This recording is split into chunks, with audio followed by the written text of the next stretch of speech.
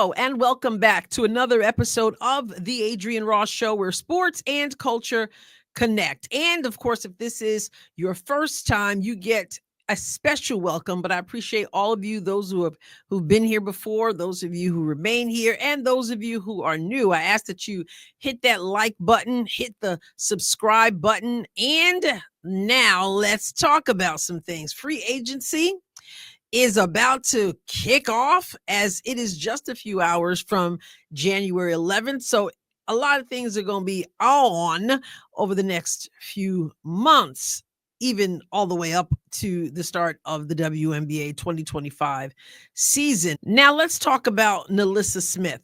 NaLyssa Smith of the Indiana Fever has been playing overseas in China, but she has just been released from her team. Her team, I'm probably going to pronounce it wrong, in China was Shenzhen Golden Bulls. I know I just totally ruined that, but it's her team in China. I'll leave it at that.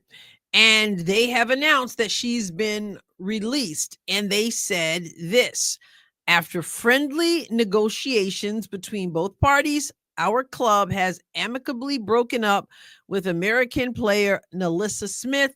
The club will continue to search for suitable foreign players. And of course, when anything like that happens, people begin to wonder, well, what's going on with NaLyssa Smith? And so her brother, whom I understand is really vocal about his sister. I have never followed him or anything, but I've heard things where he has been very protective and defensive concerning her. Well, he has indicated the following. On social media, on X, he reportedly wrote, "Not y'all thinking they really dropped my sister off the squad. Please calm down." And then, according to the Mirror, that prompted a reply from one follower on social media who wrote, "She wants to go to Miami. No injury, right?" And then he provided an update replying, "Her ankle." And then he said her track record with that ankle hasn't been the best. So, and when someone asked if it was serious or severe, he said no, thankfully.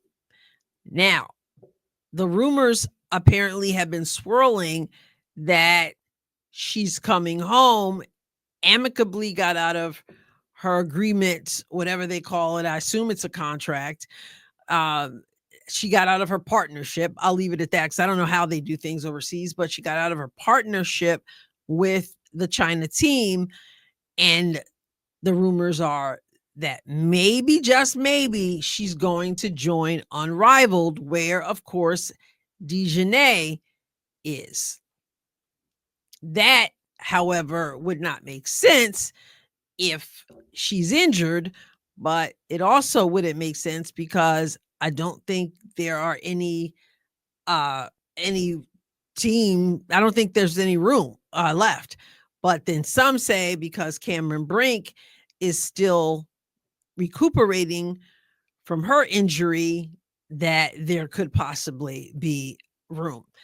This, I don't, who knows? I have no idea. I don't know why she's coming home. I know while she was there, she had some good play. I also know that she wasn't there long before she ended up almost in a fight. But all I know is what you know, and maybe you know more than I do, but she said adios. Of course, she said it in Chinese. So whatever goodbye is in Chinese, that's what she said. And that's what they said. And so here she is back in America. When I think about Unrivaled, I'm thinking, I hope that they're going to be professional and they're not going to just be having people coming and going whenever they feel like it. Right now, it's January 10th, and they're supposed to tip off on January 17th. I don't know if that's what you want, to be able to just have somebody just show up a week ahead and throw them on a team that you've been talking about and putting out there as having all these investors and wanting to be professional, and obviously showing us your media day and showing us some practice pieces and all this stuff. So I'm hoping not. I mean, we already had Kelsey Plum, who after she was announced to be on the team, all of a sudden she was like, never mind, no thank you, I'm not going to do that. And so she just left, and people were like, I ain't got no contracts. Like, how does that work? So you wouldn't want her leaving and then somebody else coming just all willy-nilly. So I'm gonna believe that that's not the case, that she's back for either the injury or she missed home or whatever the case may be. Whatever happens there, I'm going to reiterate something that I've said many times. I'm going to say it again. I truly hope that the Indiana Fever will part ways with NaLyssa Smith. I know there are people who are like, give her another shot. She didn't do well with Christy Sides. That was clear. And this might be what she needs. And after the season ended, she had taken Indiana Fever off her social media profile. And then after Stephanie White was hired, she put it back on. I don't know what's going to happen. I still say, I hope she gets to go somewhere else and flourish somewhere else.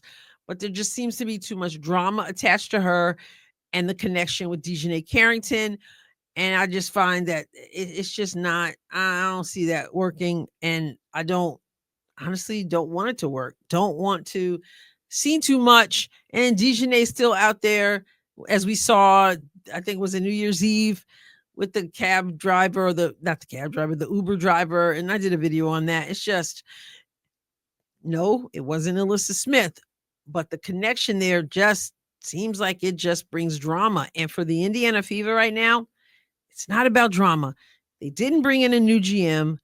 They didn't bring in a new president. They didn't bring in a new coach to have nonsense. They're aiming for a championship. And I know there are people who say there's no way they're going to do it in 2025. You can think what you want. As far as that team is concerned, they're aiming for a championship. And I forgot to mention the new player development coach, we've seen the workouts that he's done with Caitlin as well as with the Leah Boston. And hey, we like Keith Porter. And they also brought in some of the coaches from Connecticut who were with, he is one of the coaches from Connecticut who was with Stephanie White. But then there was also the other coach who came from Connecticut with her as well. His name is escaping me right now, but he's married to the other coach who's there. Anyway, they're here to do things, and the distractions, leave that for another team. And there are plenty of teams that are going to have some distractions, I imagine. This team needs to be focused on getting on the right track and winning a championship. And I don't know if I were the Indiana Fever leadership, I don't know if I would want to take that chance on NaLyssa Smith. There are too many other opportunities, too many other people who can come in. Let her go. And so whether she's home to play in Unrivaled or not, whatever. I just, come Indiana Fever time, come WNBA time, I just hope that she's not in a jersey for Indiana. Does that make me mean? Is that mean? I think it's just business. It's basketball. And I think there's some wisdom involved from what I've seen. What do you guys think? Put it in the comments. Also, make sure again that you subscribe and like, please, if you have not done so. I appreciate all of your support.